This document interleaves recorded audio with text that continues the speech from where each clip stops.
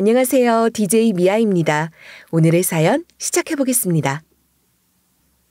안녕하세요. 저는 서울에 사는 35살 지영민이라고 합니다. 단어 중에 굴곡지다라는 말이 있죠. 이 단어는 사람이 살아가면서 잘 되거나 또 잘 안 되거나 하는 일이 번갈아 나타나는 변동이 있을 때 쓰는 단어인데요. 아마도 제 인생을 표현할 때 가장 잘 어울리는 단어가 아닐까 싶어요. 그 이유를 이제부터 하나하나 얘기해 볼게요. 저는 고아로 자랐어요. 정확히 언제부터 고아원에서 살았는지는 잘 모르겠지만 제 어린 시절의 기억은 온통 고아원 뿐이에요. 또 너무 어린 나이에 있었던 일이라서 정확하게는 기억나지는 않지만 살던 고아원에서 다른 고아원으로 한 번 정도는 옮겼던 기억이 어렴풋이 나기도 해요.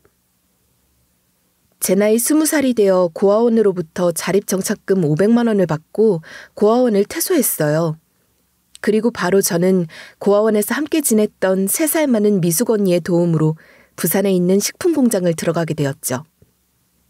월급은 시급으로 계산이 되었지만 4대 보험에 기숙사도 사용할 수가 있어서 생활비를 줄일 수 있었어요.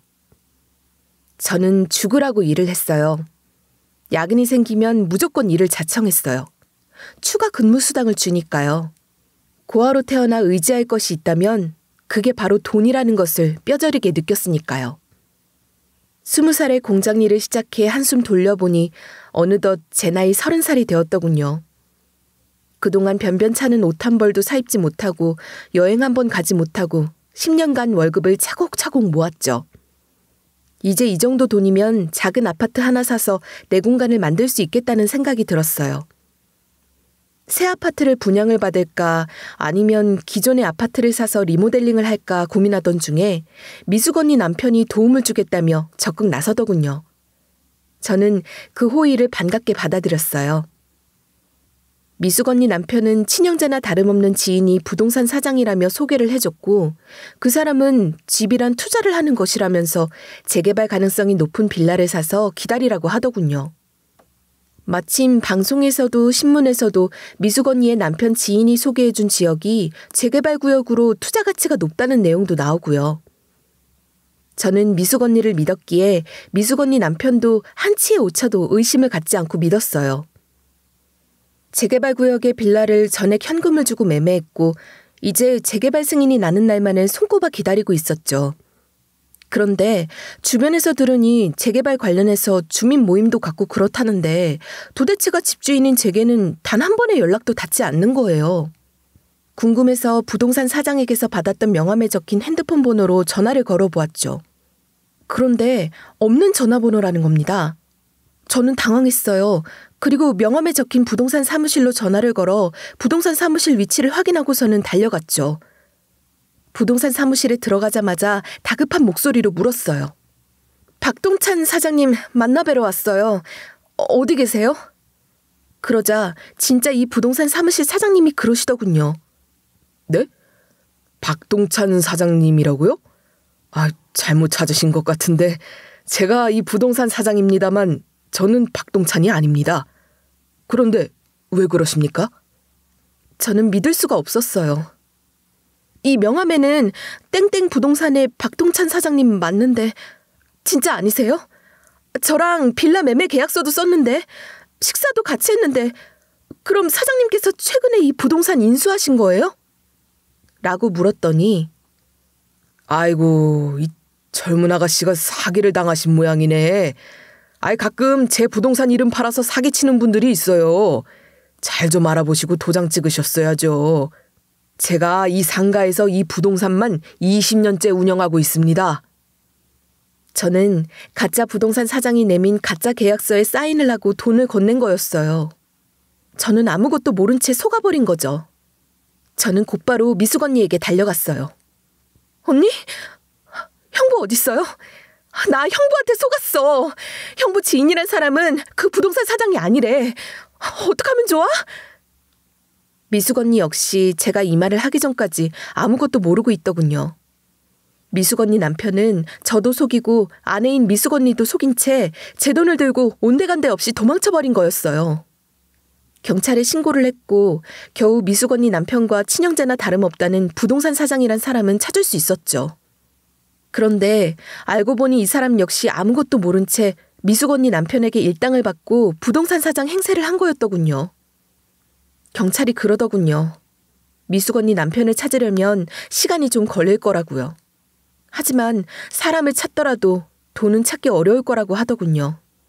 그렇게 저는 제 인생에서 10년 동안 모은 월급을 하루아침에 날려버리고 말았죠. 영민아, 미안하다. 내 남편이 이럴 줄은 꿈에도 몰랐어. 이런 인간을 믿고 내가 살았다니. 죽어버리고 싶다. 일단은 내가 지금 살고 있는 집 전세금이라도 빼서 네 돈 줄게. 그리고 나머지 돈은 내가 일해서 천천히 다 갚을게. 기다려다오. 언니 믿지? 그러면서 미숙 언니는 말끝마다 죽어버리겠다고 하는데 제가 어떡하겠습니까? 미숙 언니와 같이 있는 부산 자체가 싫어서 저는 10년을 다니던 식품 공장에 사직서를 내고 짐가방 하나만 챙겨둔 채 호련히 부산을 떠나 서울로 가는 밤기차에 올랐죠. 그러고는 연락처도 바꿔버렸죠. 계획도 없이 무작정 올라온 서울에서 월세방 하나를 얻고 저는 곧바로 대형마트 식품관의 과일 판매 파트의 직원으로 입사를 하게 되었죠. 저는 지난 모든 일을 모두 잊기 위해서 열심히 일만 했어요. 그러다 제 인생에도 청춘의 꽃이 활짝 피게 되었죠. 평생을 함께할 반려자인 예비 남편을 이곳에서 만나게 되었어요. 4살 연하인 예비 남편은 마트에서 전기안전 파트를 담당하는 직원이에요. 훗날 들은 말인데 예비 남편은 저를 첫눈에 보고 반했다고 해요. 그래서 제 주변을 자주 알짱거렸는데 제가 전혀 눈치를 채지 못하더랍니다. 예비 남편은 그런 눈치 없는 제 모습까지도 너무나 순수하고 이뻐 보였다고 해요. 고아 출신에 가진 것 하나 없는 저에게 누가 사랑을 줄까 싶어 연애 따위는 결혼 따위는 제 인생에 없을 줄 알고 그저 땅만 보고 살았거든요. 그러던 어느 날이었어요. 제가 일하는 매장에 예비 남편이 와서 전기안전 검사를 하게 되었죠. 안전점검은 고객들이 없는 시간에 이루어졌고 직원들도 모두 퇴근을 한 후였어요. 점검을 다 마친 예비 남편이 저에게 그러더군요. 지영민 씨, 바로 퇴근하실 거죠? 약속 없으시면 저랑 차 한잔 마셔요. 저는 이게 남자가 여자에게 하는 대시라는 걸 전혀 눈치채지 못했어요. 그저 말 그대로 밤늦은 시간까지 수고했으니 차나 한잔 하자는 인사말로 들은 거죠. 그럼 밥 먹어요. 끼니 때도 됐고 커피값 너무 비싸잖아요. 쓸데없는데 돈 쓰지 말자고요. 하며 예비 남편과 국밥을 먹으러 갔는데 예비 남편 눈에 제가 밥을 그렇게 소담스럽게 먹더랍니다. 예비 남편은 제 모습에 또 한 번 반하게 되었고 그날 이후로 저는 예비 남편과 편하게 말을 주고받는 사이가 되었죠. 그러다 시간이 흘러 자연스럽게 남녀 사이가 되었고 제가 고아라는 걸 고백했을 때 예비 남편은 저를 꼭 껴안아 주었죠. 고아로 태어나 가족의 보살핌이라고는 받아보지 못하고 게다가 사기까지 당한 뒤에 아무 연고도 없는 서울로 올라온 저에게 예비 남편이 나타나 주다니 정말 큰 위로가 되었죠. 그렇게 예비 남편과 결혼을 약속하고 행복한 삶을 살자고 약속하게 되었어요. 그런데 저와 예비 남편 앞에는 커다란 숙제 하나가 산처럼 놓여 있었죠. 바로 부모님의 설득이죠. 부모님께서 내가 고아라고 결혼 반대하실 게 뻔하잖아. 게다가 내가 4살이나 많은 연상인데 어떤 부모님이 나를 호락호락 받아주시겠어? 에이, 뭘 벌써부터 걱정이야. 만약 이해하지 못하신다면 내가 우리 부모님 잘 설득시킬게. 아니, 그런데 뭐 이걸 꼭 이해시킬 일인가? 받아들여야지, 안 그래? 아무튼 우리가 꼭 거쳐야 할 일이니까 부딪혀보자. 정면 돌파만이 답이야. 우리가 서로 사랑한다는데 누가 우리 사랑을 막아, 안 그래? 예비 남편은 이렇게 저를 위로하면서 당당하게 말은 했지만 눈동자와 목소리는 심하게 흔들리고 있었어요. 어느 부모가 부모 없이 자란 고아에 4살이나 많은 연상녀를 며느리로 찬성하겠어요. 예비 남편의 말대로 자꾸 부딪히고 이해시켜 나갈 수밖에요. 예상대로 저는 시댁에 첫인사를 드리러 갔다가 거의 쫓겨나게 될 일이 생기게 되었죠. 남편과 제가 인사를 드리러 가자 시모는 탐탁지 않은 눈빛으로 저를 쳐다보더군요. 그래도 예상보다는 반응이 괜찮다고 생각했는데 그건 다 저의 착각이었던 모양이에요. 예비 시어머니께서는 갑자기 수박이 먹고 싶다면서 같이 먹자고 예비 남편더러 수박 한 덩어리를 사오라고 시켰습니다. 예비 남편이 수박을 사러 밖으로 나가자 예비 시어머니는 다시 말을 이어갔어요. 남편이 있을 때보다 훨씬 노골적으로 속내를 드러내더군요. 감히 여기가 어디라고 와? 응? 뻔뻔한 년아. 내 아들이 오자고 하니까 쪼르르 따라왔어? 나는 나이도 많고 고아인 며느리 싫다. 그러니까 내 아들하고 관계를 끝내줬으면 좋겠다. 나 거친 사람이야. 지금껏 내가 하는 말 들었지? 나는 여기서 더한 말도 할 수 있으니까 그런 말들 듣고 싶지 않으면 여기서 나가거라. 내 아들 오기 전에 썩 꺼져. 무슨 말인지 알아들어? 라고 하면서 차마 이곳에 할 수 없는 말들을 해대셨어요. 아 참, 내 아들이 순진하고 착해서 말 안 했을 텐데 우리 집 며느리로 내가 점 찍어 놓은 아가씨가 있다. 곧 내 아들하고 만나기로 했으니까 그렇게 알아. 흔한 말로 네 주제가 우리 아들을 사랑한다면 놔줘야 하는 거 아니냐? 너 같은 거하고 평생을 사느니 좋은 여자 만나도록 놔주는 게 진짜 사랑 아니냐고. 그러는데 서러워서 참을 수가 없더군요.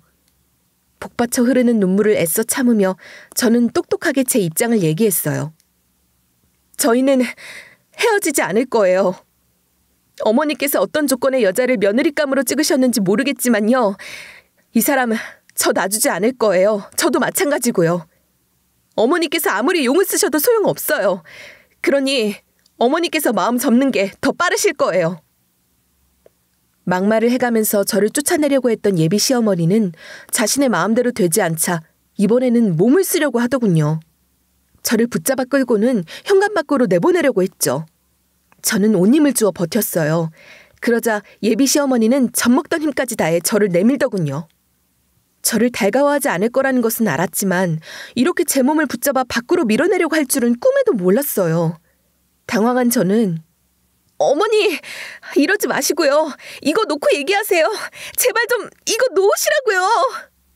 도저히 안 되겠길래 저는 소리를 꽥 질렀어요. 그러자 예비 시어머니께서 누가 네 어머니야? 얘 되바라진 것 좀 봐. 그러면 내가 받아줄 줄 알고? 웃기지도 않는다. 그러고 보니 너 어디다 감췄냐? 꼬리가 6개는 달린 여우지?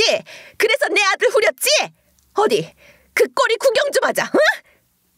하면서 제 치마를 확 잡아서 뜯으려고 하는 거예요.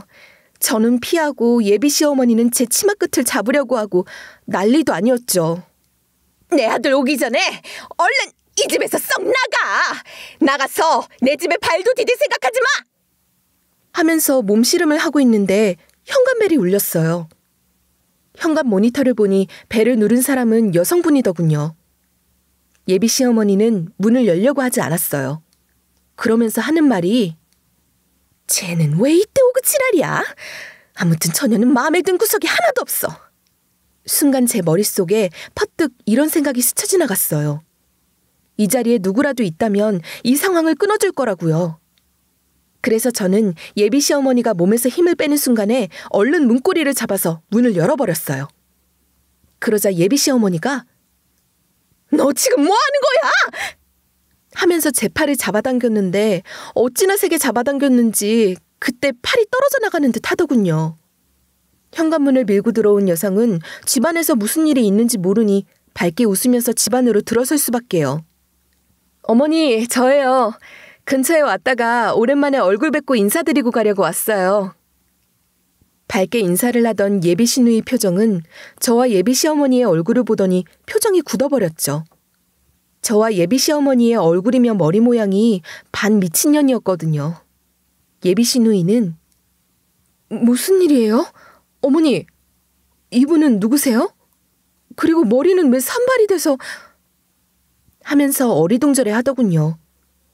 그런데 여우 같은 예비 시어머니는 방금 전 예비 시누이에게 쟤는 왜 오고 지랄이야? 라고 말할 때는 언제고 막상 예비 시누이의 얼굴을 보니까 콧소리를 내면서 부드러운 목소리로 이렇게 말을 하는 겁니다. 아, 혜진이 왔니? 아유, 이거 별일 아니야. 내가 좀 이따 다 설명해 줄게. 혜진이. 이름이 낯익은 게 아마도 이분이 예비 남편의 누나 같았어요. 평소에 예비 남편은 자신에게 나이 차이가 좀 있는 누나 한 명이 있다고 했었거든요. 예비 시어머니는 저에게 말을 했어요. 영민 씨? 그럼 못다한 얘기는 따로 날 잡아서 마무리를 짓자고. 약속 있다고 했지? 아유, 내가 생각 없이 영민 씨 시간 뺏고 있었네. 어서 가봐. 멀리 안 나간다. 하면서 현관문을 열어 저를 내보내려고 하더군요. 저는 안 가고 버텼어요. 네? 어머니, 용준 씨한테 이야기는 하고 가야죠. 용준 씨는 수박 사러 갔는데 그이한테 말도 없이 그냥 갈 수는 없잖아요. 예비 남편의 집에 인사를 하러 왔는데 이렇게 가는 건 말이 안 되죠. 그런데 막무가내로 예비 시어머니는 계속 저를 밀어내는 거예요. 그러다가 결국 저는 현관 문턱에 걸려 넘어지고 말았어요. 어리둥절한 얼굴로 상황을 지켜보던 시누이는 제가 바닥에 엎어지자 얼른 다가와서는 일으켜 세우겠다면서 손을 뻗어 잡아주더군요. 저는 겨우 예비 시누이의 도움으로 일어서게 되었어요. 무릎도 아프고 팔꿈치도 아프고 예비 시어머니가 가라고 할 때 갈 걸 괜한 실랑이를 한 건가 살짝 후회도 되더군요. 툭툭 털고 일어나 옷매무새를 다시 하고 보는데 넘어지면서 제 팔에 예비 시어머니의 손톱 자국이 제법 크게 나 있더군요. 그런데 그 상처를 예비 시누이도 같이 보게 되었죠. 예비 시누이가 상처를 보고 깜짝 놀랐어요. 어머나, 넘어지면서 상처가 났나 보네. 상처가 깊어서 쓰리겠어요. 이리 와요. 제가 치료해 줄게요. 하면서 예비 시누이는 미간을 좁힌 채 약부터 바르자며 제 손을 잡고서는 방으로 가자고 하더군요. 이를 본 예비 시어머니는 당황해하면서 변명을 해대기 시작했어요. 그게 왜 그렇게 됐을까? 내가 실수로 그만. 미안해서 어떡해? 흉질 것 같니? 예비 시어머니의 입에 발린 걱정은 들어오지도 않았어요. 제 귀에는 예비 시어머니와는 사뭇 다른 사람 같은 예비 시누이의 따스함만이 느껴졌어요. 방으로 저를 데리고 간 예비 시누이는 약상자를 꺼내서 제 팔에 난 상처에 약을 발라주기 시작했어요. 그러면서 묻더군요. 우리 용준이 여자친구죠? 맞죠? 저는 그렇다고 고개를 끄덕였어요. 다음은 제가 물었어요. 어떻게 저를 아셨어요? 그러자 예비 시누이가 입꼬리에 살짝 미소를 머금더니 말하더군요. 용준이가 나만 보면 영민 씨 자랑을 엄청 했어요. 말끝마다 영민 씨 해서 이름을 기억하고 있었는데 방금 어머니께서 영민 씨라고 부르는 것 같더라고요. 그래서 용준이 애인이구나 느꼈죠. 그러면서 예비 시누이는 저에게 한 가지를 조심스레 물었어요. 혹시 어머니가 영민 씨에게 해코지한 건가요? 저는 답변을 하지 않았어요. 그러나 예비 시누이는 대충 짐작이 간다는 눈빛으로 저를 쳐다보더니 말하기 싫으면 안 해도 돼요. 뻔하니까. 라고 하더군요. 저는 왠지 모를 편안함이 계속해서 느껴졌어요. 이 기분은 뭘까? 제 자신에게 물어보면서요. 그런데 제 팔을 처치해주던 예비 시누이는 아까부터 계속해서 제 오른팔에 차고 있는 팔찌를 유심히 보고 또 보는 거예요. 너무 낡아 보여서 그런가?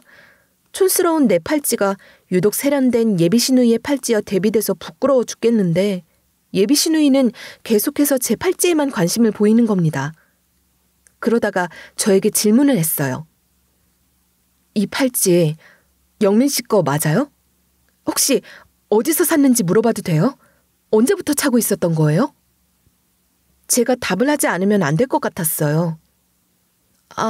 이 팔찌는요. 제가 부모님을 잃어버렸을 때부터 차고 있던 미아 팔찌래요. 고아원에서 자라면서 한 번도 이 손목에서 빼본 적이 없어요. 고아원 원장님이 절대 빼지 말랬거든요. 이 팔찌를 하고 있으면 행운이 올 거라고요. 라고 저는 이 팔찌에 대해 제가 알고 있는 모든 것을 사실대로 얘기했죠. 제 말에 예비 신우의 눈은 반짝거리고 있었어요. 그러고는 되물었죠. 영민 씨 그럼 고아원에서 자란 거예요? 고아원 어디? 어디 고아원에서 자랐는데요? 예비 신우이의 말이 빨라졌어요. 왜 그러지 생각하면서 저는 답을 했죠. 부산이요. 땡땡 보육원. 제 말이 끝나자마자 예비 신우이가 소리를 지르더군요. 그러다가 자신의 감정을 주체할 수 없는 모양인지 자신의 손으로 입을 틀어막으면서 흐느끼기 시작했어요. 그러고는 휴대전화를 꺼내 어디론가 전화를 걸더군요. 아버님, 드디어 찾았어요. 제 동생 찾았다고요? 지금 바로 병원으로 넘어갈게요. 어디 나가지 마시고 병원에 계세요. 지금 출발합니다. 이러는 겁니다. 대체 예비 시누이가 왜 그러는지 마음이 무겁더군요. 그리고 밖에 서 있는 예비 시어머니도 신경이 쓰이고요. 그런데 예비 시누이가 다짜고짜 제 손을 잡아 끌고는 밖으로 나가자고 그러는 겁니다. 마침 수박 사러 갔다가 돌아온 예비 남편이 예비 시누이와 저를 보더니 어디 가냐고 묻고 예비 시어머니는 예비 시누이에게 왜 얼굴이 울긋불긋하냐면서 물어도 예비 시누이는 아랑곳하지 않고 제 손을 놓지 않더군요. 예비 시누이가 예비 남편에게 그러더군요. 드디어 찾았어. 내가 너한테 자주 얘기했었지. 내가 그렇게도 만나고 싶던 내 동생 말이야. 바로 내가 찾던 동생이 이 사람이야. 영민 씨가 내가 찾던 동생이라고. 예비 시누이의 말에 예비 남편도 깜짝 놀랐어요. 누나, 그게 진짜야? 이 사람이 진짜 누나가 그렇게도 찾던 동생이야? 맞냐고? 맞아. 내가 그렇게 간절히도 찾던 동생이야. 용준아, 나 잠깐 영민 씨 좀 데리고 병원에 좀 다녀와도 되지? 아버님께 이 기쁜 소식을 전하고 싶어. 예비 시누이와 예비 남편이 눈물을 글썽이면서 주고받는 얘기가 대체 무슨 얘기인지 저는 영문을 모르겠더군요. 저는 예비 시누이 손에 이끌려 밖을 나갔죠. 그리고 들어선 곳은 병원이었어요. 병원장은 현관에서부터 저를 기다리고 있었어요. 그리고 예비 시누이는 병원장을 보자마자 아버님, 제 동생이에요. 보세요.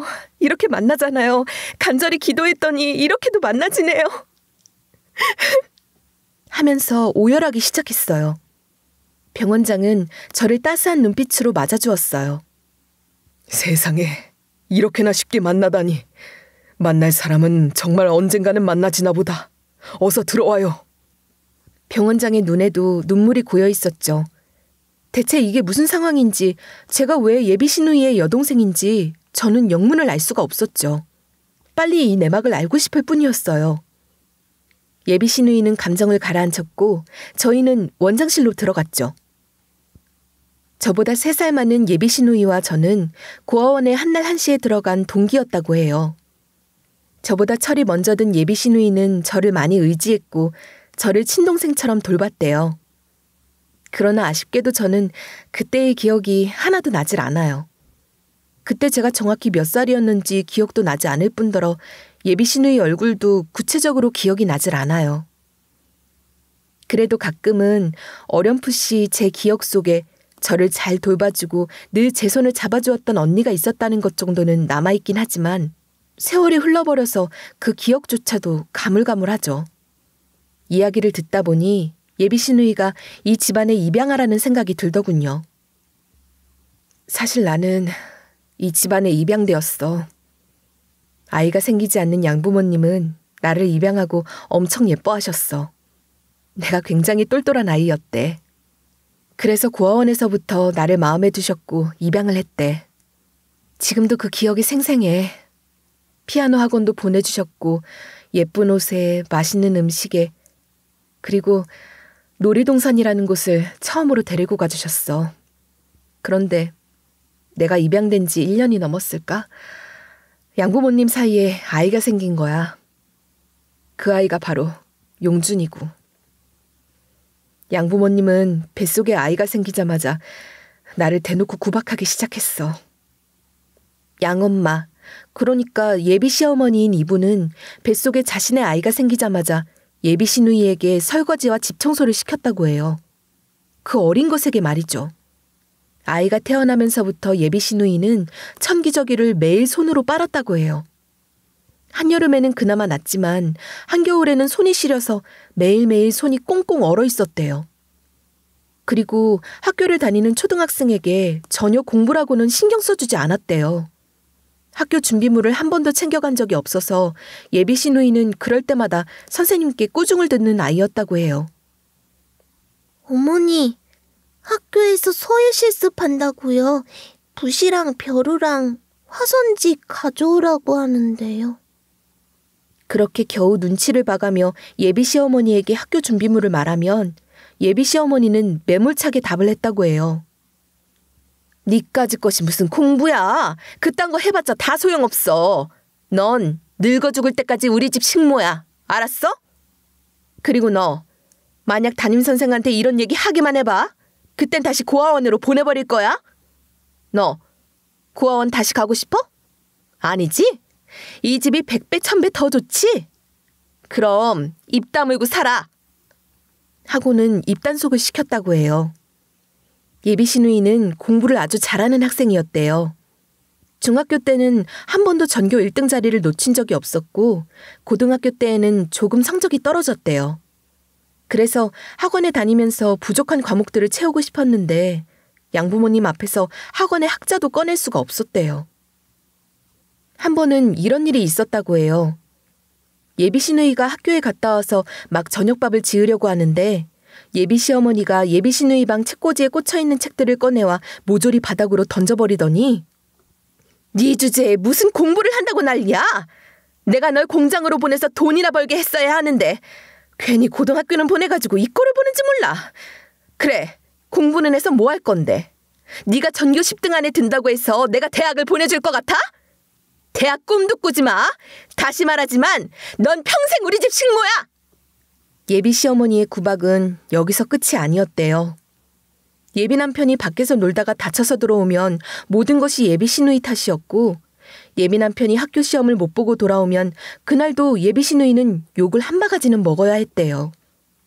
예비 시아버지는 이런 예비 시어머니의 폭언을 알면서도 모르쇠로 일관했고요. 차라리 파양하길 바랐는데 예비 시어머니는 예비 시누이를 집안의 가정부로 쓸 요량으로 파양 생각은 눈꼽만큼도 하지 않았다고 해요. 그리고 예비 시어머니는 틈만 나면 예비 시누이의 입단속을 했대요. 너 어디 가서 내가 집안일 시켰다고 얘기하면 은혜도 모르는 나쁜 년이다. 사람도 아니다. 은혜는 갚으라고 있는 거야. 은혜도 모르는 것들은 언젠가는 벌 받아. 알아들어? 예비 시누이는 또래보다 성숙하고 영리해서 예비 시어머니의 말을 잘 이해했죠. 한 번도 반항을 하지 않았고 그저 성인이 될 때까지를 기다렸던 거죠. 그런데 사람의 팔자라는 게 있는 걸까? 바로 집 앞에 있는 도서관이 예비 시누이가 엇나가지 않도록 인생을 바로잡아 주었죠. 예비 시누이는 예비 시어머니로부터 구박을 당할 때마다 자신의 서름을 억누르려 도서관에 가서 책을 읽었다고 해요. 책 속에 빠져들면 다른 세상이 펼쳐져서 현실을 잊을 수가 있었으니까요. 그래서 예비 시누이는 틈만 나면 도서관에 가서 책을 읽었대요. 그리고 어느 날이었대요. 도서관 로비에서 누군가가 떨어뜨린 책 한 권을 줍게 된 거죠. 책은 영문책이었는데 예비 시누이는 그 책이 누구 건지 한눈에 알아봤죠. 도서관을 자주 다니는 예비 시누이는 자신처럼 자주 도서관에 나타나는 사람들을 보곤 했는데 특히 저녁 시간이 다 되어갈 때쯤 나타나 논문이나 책 같은 걸 번역하는 사람을 눈여겨본 거죠. 그분도 역시 예비 시누이처럼 항상 제3열람실의 같은 자리에 앉아서 책을 보다가 도서관 셔터가 내려지면 그때 자리에서 일어났대요. 예비 시누이는 어차피 다음날 늘 오던 시간에 책주인이 나타날 걸 알고 책을 보관하고 있었고 아니나 다를까 다음날 책주인은 늘 나타나던 시간에 도서관에 나타났다고 해요. 예비 시누이가 책주인에게 책을 돌려주었더니 책주인이 깜짝 놀라더래요. 잃어버린 줄 알았는데 이 책이 여기 있었네. 고마워 학생. 이 고마움을 어떻게 보답해야 하지? 그런데 학생, 이 책 주인이 나라는 걸 어떻게 알았어? 저도 매일 제3열람실에서 책을 읽거든요. 선생님이 번역하시는 걸 자주 봤어요. 너무 멋있어요. 그런데 한 가지 물어봐도 돼요? 이 책은 어떤 책이에요?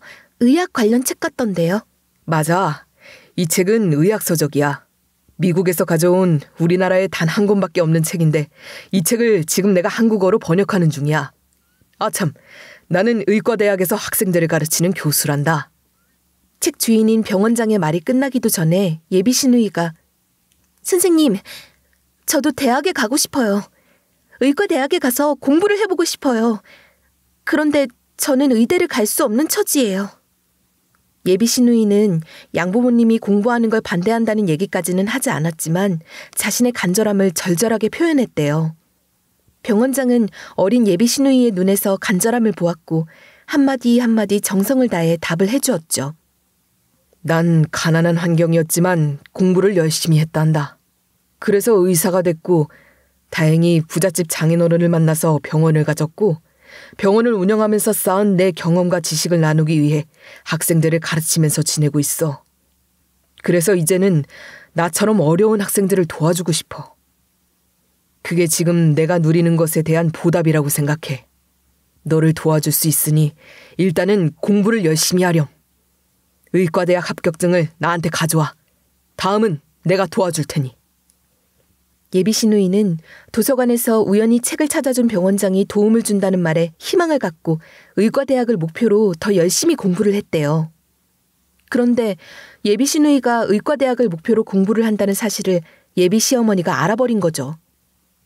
예비 시어머니는 니까짓게 어떻게 의대를 가냐며 빨래하고 집 청소나 깨끗이 하라면서 책들을 모조리 찢어버리기도 했대요.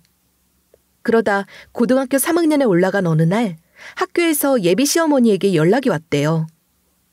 담임 선생님의 말이 예비 시누이의 성적이 의과대학에 가고도 남을 실력이라고요. 그래도 예비 시어머니는 예비 시누이를 대학에 보낼 생각이 없었다고 해요. 의대를 가던 뭘 하던 다 좋은데 돈은 어떡할 거니? 의과대학 가려면 한두 푼 드는 게 아니라던데. 너 나한테 뭘 기대하나 본데. 나는 돈 없다. 내 아들 대학 보낼 돈밖에 없어. 내 친자식도 아닌 너한테 내가 꼭 투자를 해야 돼? 의과대학 가고 싶으면 네가 벌어서 다녀.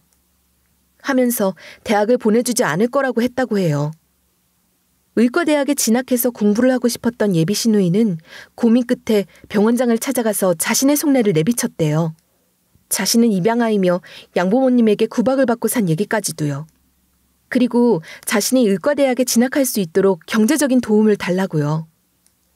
예비 시누이의 말을 듣고 난 병원장은 많은 고민 끝에 예비 시부모님을 만나러 왔대요. 부모님이 더 잘하실 텐데요. 혜진이가 아주 영특한 아이입니다. 그리고 본인이 의과대학 진학을 희망하고 있습니다. 그래서 드리는 말씀인데요. 제가 혜진 학생을 지원해도 될까요? 저는 병원을 운영하고 있는 병원장입니다. 병원장이란 소리에 예비 시어머니는 갑자기 태도가 180도 바뀌었죠. 물론 우리 혜진이를 도와주시면 감사하죠. 당연히 도움을 받아야지요. 하면서 눈물을 보이더랍니다. 그러면서 솔직하게 말하자면 혜진이는 제가 가슴으로 낳은 아이입니다. 제가 친자식보다도 더한 사랑을 주면서 키웠죠. 양부모인 저희를 보고 자라서 그런지 혜진이는 어려서부터 마음 씀씀이는 물론 또 공부면 공부, 무엇 하나 빠지는 게 없는 아이였어요. 게다가 자신을 키워준 우리 부부에게 은혜를 갚아야 한다면서 자신이 의사가 되면 꼭 은혜를 갚느라고 노래를 부르곤 했죠. 부모 자식 간에는 그러지 않아도 된다고 얘기를 해도 은혜를 갚아야 한다나요? 그러더니 정말로 해냈네요. 하면서 거짓말을 엄청 해댔죠. 예비 시아버지 역시 한술 더 떠서 저희 부부는 단 한 번도 혜진이가 제 자식이 아니라는 생각을 가져본 적이 없어요. 저희 부부가 낳은 아이보다도 더 사랑하고 제가 낳은 자식과 똑같이 먹이고 똑같이 입혀 키웠습니다. 하지만 몇 마디 말을 주고받지 않고서도 병원장은 예비 시부모가 어떤 사람들인지 그리고 예비 시누이가 어떻게 살아왔는지를 알겠더랍니다. 진실 없는 예비 시부모님의 속내를 한두 마디의 말을 해보고서 알아버린 거죠. 혜진아, 사실 선생님은 그동안 너의 말을 듣고도 잘 이해하지 못했단다. 부모님이 양부모라곤 하지만 왜 의대 진학을 원치 않는다고 하는 건지. 그런데 양부모님을 만나보니 이제 이해가 좀 갈 것 같아. 라고 하면서 예비 시누이를 더 동정하고 연민했대요. 병원장을 만난 이후로 예비 시부모님의 태도는 완전히 돌변했다고 합니다. 예비 시누이를 거의 공주 모시듯이 떠받들었대요. 어린 나이에 사랑과 관심이 고팠던 예비 시누이는 이런 예비 시부모님의 속보이는 행동도 그저 고맙더래요. 그래서 그간 예비 시부모님에게 받았던 모든 구박과 외로움의 시간들을 다 잊고 용서를 해주었는데 얼마 가지 않아 이들의 본심을 또 알아버렸다고 해요. 어느 날 잠을 자고 있는데 두 분이 나누는 대화소리가 들리더랍니다. 어차피 우리 돈 드는 것도 아니고 그 병원장이 학비를 전액 지원해준다잖아. 이런 투자가 어딨어? 속된 말로 의사 며느리한테는 열쇠가 3개라잖아. 있는 집에 시집 보내서 한몫 챙기자고. 우리는 굿이나 보고 떡이나 먹읍시다. 뭔가 꿍꿍이가 있어서 자신에게 잘해준다는 건 알았지만 대놓고 그 속내를 알게 되니 예비 시누이의 가슴이 그렇게 아프더랍니다.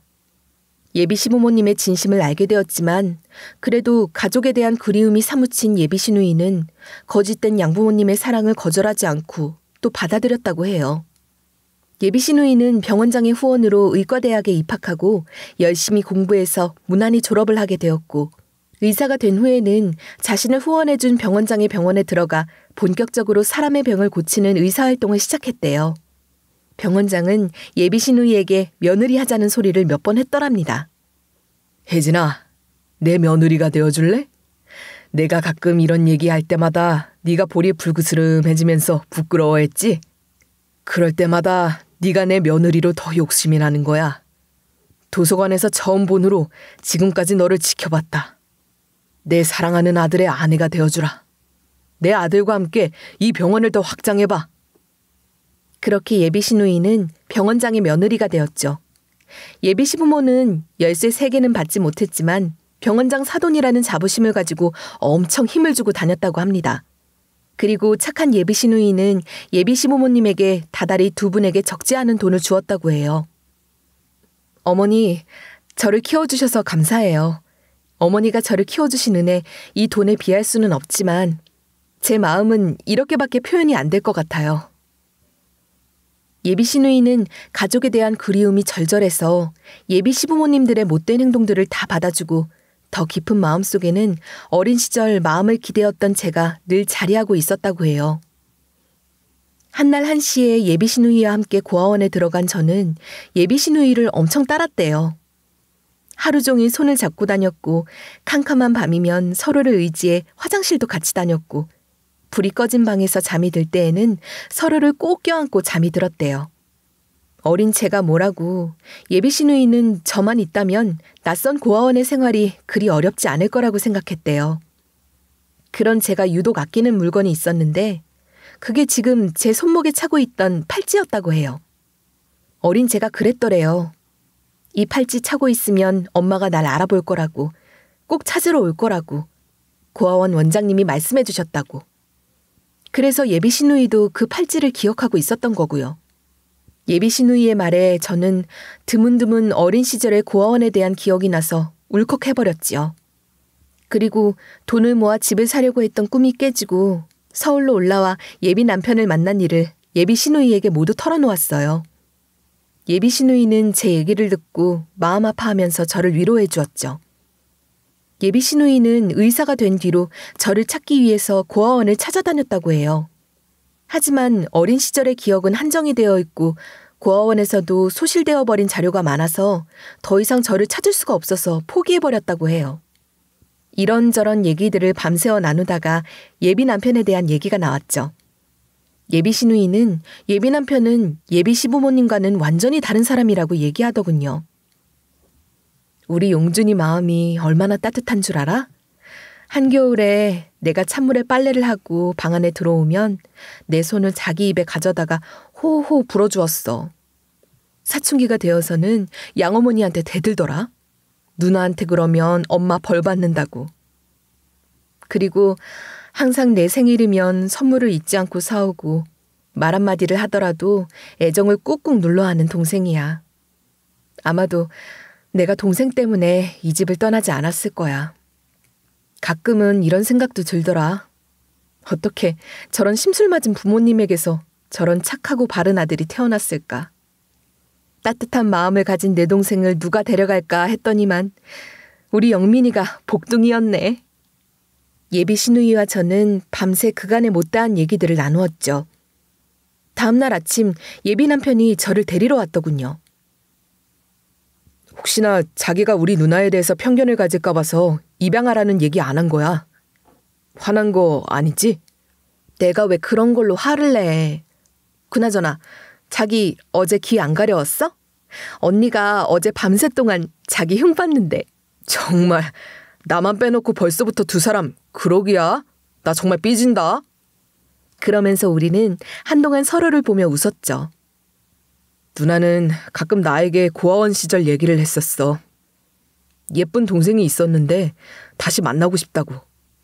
그리고 내가 여자친구 이야기를 할 때마다 영민이 하는데 자기 동생 이름도 영민이었다고 하더라고. 하지만 그 영민이가 내 여자친구일 줄은 상상도 못했지. 예비 시누이가 예비 남편의 말에 끼어들었어요. 맞아. 동생한테 여자친구 이름이 영민이란 이름을 처음 들었을 때 혹시나 하고 고개를 갸웃거렸었지. 근데 영민이란 이름이 흔한 이름이잖아. 그리고 이런 인연이 있을까 싶어서 기대도 하지 않았지. 그런데 그 팔찌를 본 순간 딱 느낌이 오더라고. 이름이 영민인데다가 이 팔찌를 차고 있다는 게 내가 그렇게 찾아다니던 동생이 맞구나 하는 생각. 이런 걸 하늘이 맺어준 인연이라고 할까요? 우리 세 사람은 서로를 바라보면서 기뻐서 어쩔 줄을 몰라 했어요. 그러고 보니 두 사람은 정말 사람 보는 눈이 높네. 우리 동생은 어떻게 이렇게 천사 같은 내 동생을 알아봤을까? 그리고 영민이는 세상에서 가장 멋진 내 동생을 어떻게 알아본 거야? 암튼 두 사람 너무 축하해. 두 사람 결혼해서 행복하게 잘 살 수 있게 누나가 그리고 언니가 도와줄게. 그리고 그 길로 예비 시누이는 예비 시부모님 집으로 달려갔어요. 그리고 말을 했죠. 아버님, 어머님, 얘기 다 들었습니다. 이 두 사람 결혼 반대하신다고요? 왜요? 단지 고아라는 이유에선가요? 그건 바람직하지 않습니다. 두 사람 진심으로 사랑하고 있어요. 앞으로도 사랑하면서 평생을 의지하며 살 수 있도록 부모님 허락 속에서 결혼할 수 있도록 승낙해 주세요. 만약 이 두 사람을 부모님께서 갈라놓으신다면 저도 부모님에게 다달이 해드리던 지원을 끊겠어요. 잘 생각하세요. 그러자 예비 시어머니 얼굴이 파르르 변하면서 항변을 시작하더군요. 너 지금 그게 무슨 말이냐? 저 여우 같은 년이랑 너는 다르지. 너는 양딸이고 얘는 어디서 어떻게 굴러먹은지도 모르는 앤데 갔니? 예비 시누이는 단호하게 다시 말을 했죠. 어머니, 영민이는 제 친동생이나 마찬가지예요. 고아가 무슨 잘못인가요? 일이 반듯하게 자랐는데. 며느리로 인정하세요. 어머니가 허락하지 않으셔도 두 사람은 결혼할 거예요. 그리고 만약 두 사람 결혼 이후에 제 동생 영민이를 구박하신다면 저 이제는 정말 가만히 있지 않을 거예요. 옆에서 듣고 있던 예비 남편도 가만히 있지 않고 한마디 거들었어요. 엄마, 이제 좀 제발. 이런다고 해서 뭐가 달라져요? 엄마 기운만 빠져요. 제발요. 저희 앞에서 떳떳한 어른의 모습으로 남아주세요. 아버지도요. 그리고 한 가지만 더 말씀드릴게요. 누나 같은 인품을 가졌으니 여기까지 참고 온 거예요. 부모님이 누나한테 어떻게 하셨는데요? 보통의 사람이라면 자신이 의사 돼서 성공했다면 부모님한테 이러지 않아요. 나 몰라라 뒤도 돌아보지 않고 가버렸을걸요? 누나니까, 우리 누나 인품이나 되니까 부모님 곁에 아직도 있는 거라고요. 감사하게 생각하세요. 이게 누나도 저도 부모님께 드리는 마지막 기회예요. 아니, 너네들 둘 다 진짜 1억이니? 아이고 참. 예비 남편의 절절한 말, 그리고 예비 시누이의 단호한 태도에 시부모님 두 분 다 당황하시더군요. 일단 예비 시부모님은 돈 때문이라도 예비 시누이에게 쩔쩔맬 수밖에 없는 처지니까요. 엎드려 절받기 같다는 생각은 들지만 예비 시누이의 도움으로 저와 남편은 결혼을 허락받을 수 있었습니다. 예비 남편과 저는 조용히 결혼식 준비를 시작했어요. 예비 시누이는 저희 두 사람의 결혼식을 세상에서 가장 크게 치러준다고 했지만 저희 두 사람은 원래 계획대로 소박하게 치를 거라고 마다했죠. 내 가족이 아무도 없을 뻔했는데 이렇게 내 가족이 생겼다는 것만으로도 저는 기쁘거든요. 예비 시누이는 제 친정엄마 역할을 대신해 주었어요. 세상에 태어나 제 자신이 부모도 집도 형제도 없는 고아라는 것을 인지하게 되었을 때 세상을 원망하고 하늘을 원망하며 살았는데 알고 보니 저처럼 인복이 많은 사람이 또 어디 있겠어요. 피 한 방울 섞이지 않고 고아원에서 만나 몇 년을 같이 의지하며 살았는진 모르지만 친자매보다도 더한 사랑을 나누었다니. 그리고 저와의 추억을 잊지 못하고 저를 찾아다녔다니. 이 얼마나 저는 복받은 사람인가요? 예비 시누이가 저를 친동생 이상으로 챙기자 예비 시어머니는 제 눈치를 슬슬 보기 시작하더군요. 혹여나 예비 시누이에게서 다달이 들어오는 생활비가 끊길까봐 조마조마하는 모습이 제 눈에도 훤히 보이더군요. 처음 만났을 때 고아라는 이유로 저에게 막말을 던지며 막대하던 예비 시어머니의 모습은 온데간데 없고 이제는 저에게 존댓말을 하면서 제 눈치를 슬슬 보는 모습이 귀엽기도 하고 우습기도 하고 그렇더군요. 그런 모습을 보던 예비 남편이 저에게 그러더군요. 우리 엄마같이 못된 사람은 벌 받아야 하는데 무슨 호강인가 몰라. 우리 누나가 너무 착해. 예비 남편과 저는 서로를 보면서 미소를 지었답니다. 제가 무슨 복이 많아 이런 호사를 누리는지 지나가는 사람을 잡고서라도 말하고 싶어요. 이렇게 착한 남자가 제 남편이 된다고요. 그리고 저기 저 병원, 저 큰 병원의 훌륭한 의사 선생님이 제 언니예요. 의사로서 능력 있고 마음씨는 얼마나 천사 같은데요. 라고 떠벌리고 다니고 싶답니다. 하루는 예비 시누이가 저에게 그러더군요. 영민아, 마트 일도 좋지만 공부를 좀 해보면 어떨까? 언니가 밀어줄게. 그래서 저는 평소에 해보고 싶었던 일을 말을 했죠. 사실 나 유치원 선생님이 하고 싶어. 기회가 되면 고아원 같은 시설에 취직해서 미취학 고아들에게 책도 읽어주고 노래도 가르쳐주는 그런 선생님 되고 싶어. 예비 시누이는 저를 적극 지원해준다면서 당장 마트 일을 그만두겠어요. 그러고는 제가 입학할 수 있는 대학을 알아봐 주었어요. 예비 남편은 대학은 나중에 가고 당장 아이부터 갖자 투덜거리지만요. 저는 일단 대학을 다니고 싶어요. 이제 곧 저의 결혼식이 멀지 않았어요. 예비 남편은 저를 평생토록 행복하게 해주겠다며 장담을 하고 있고요. 예비 시누이는 그간 제가 누리지 못한 것들을 누리게 해주겠다며 벼르고 있어요. 저보다 행복한 여자는 이 세상에 없을걸요? 기회가 되면 행복한 제 결혼 생활을 담은 사연도 보내겠어요. 기대해주세요. 지금까지 제 사연에 귀 기울여주신 여러분 감사합니다. 혹시나 지금 힘든 시간을 보내고 계신 분들이 있다면 꼭 희망을 믿어보세요.